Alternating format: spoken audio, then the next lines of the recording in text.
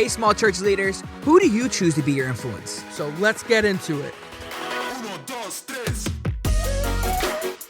What's up, Backstage leaders? I'm Kevin Gollihue. I'm Andrew Gravagna. And before we get started, make sure you subscribe and hit that bell so that you can be notified when we come out with all new content to help you in whatever ministry you're in.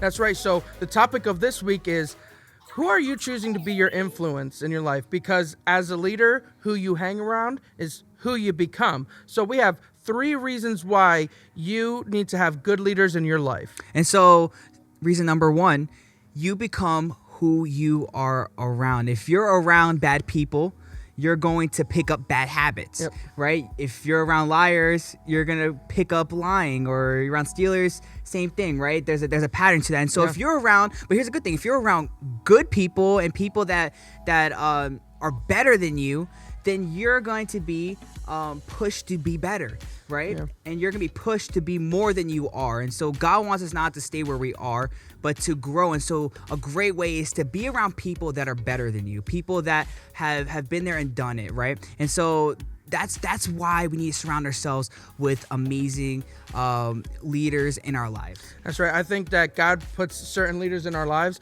so that we can take the good stuff from them, and because nobody's perfect, so everybody has something bad. So when you have an influencer in your life, you could take the good stuff and you know what stuff to leave behind, because you know what's unhealthy, what's not good. Yeah, so you know what not to keep from someone who's a leader in your life that influences you. So the second reason is this.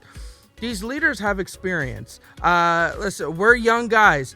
If we believed we knew everything, if we believed that we had all the answers, then we would be having the most thriving ministries. We would be having no losses. It would only be wins. Like, we don't know everything. No, you're not self-made. You're not. Listen, the people who you surround yourself with, hopefully they've done it already.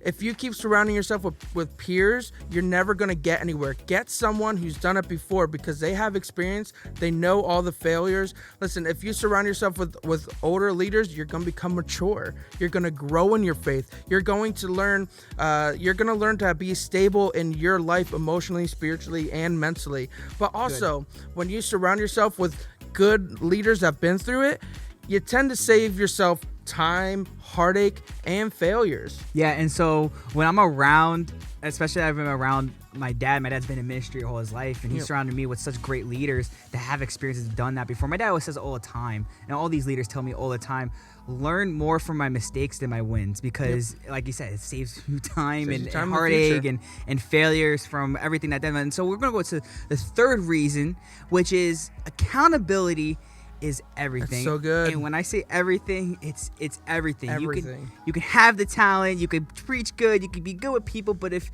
you don't have somebody that's accountable for you, people are gonna pick at people. You're not good enough, right? We'll all have our failures and all our weaknesses. So you have somebody keeping you accountable, you're gonna fail and you're gonna feel bad. And so it's important to have leaders that will be honest with you and that you could be honest with them.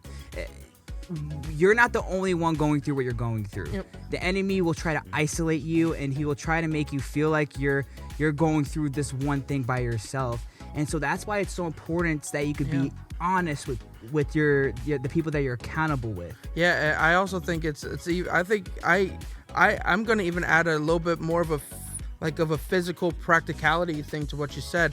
When you are doing ministry week to week, and especially if you're at a small church and you're doing it part-time or you're doing it volunteer, but even as a full-time pastor, you tend to sometimes not be productive.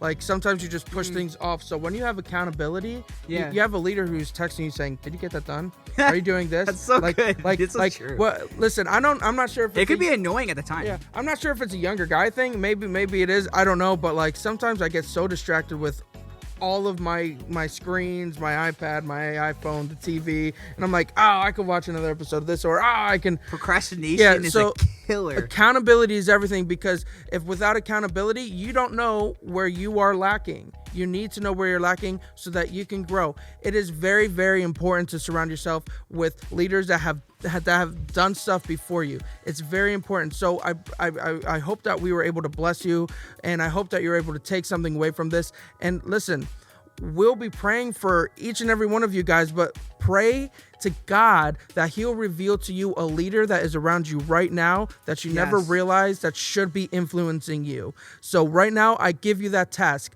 Once you're done watching this, get off your phone, pray to God and say, God, who can become an influencer in my life that will help me achieve your will and that we can glorify you in our ministry. But before we sign off, we want to make sure that you follow us on all social medias. We want to make sure that you, if you're an audio listener, that you subscribe to whatever platform you're listening on. And guys, when you subscribe to YouTube, you don't get notifications of all of our content and our videos. Make sure you hit that bell, because we could be providing something that you may need to hear, that God preordained for you to hear. We don't know. Make sure you hit that bell. But lastly, we're out. 1, 2, 3.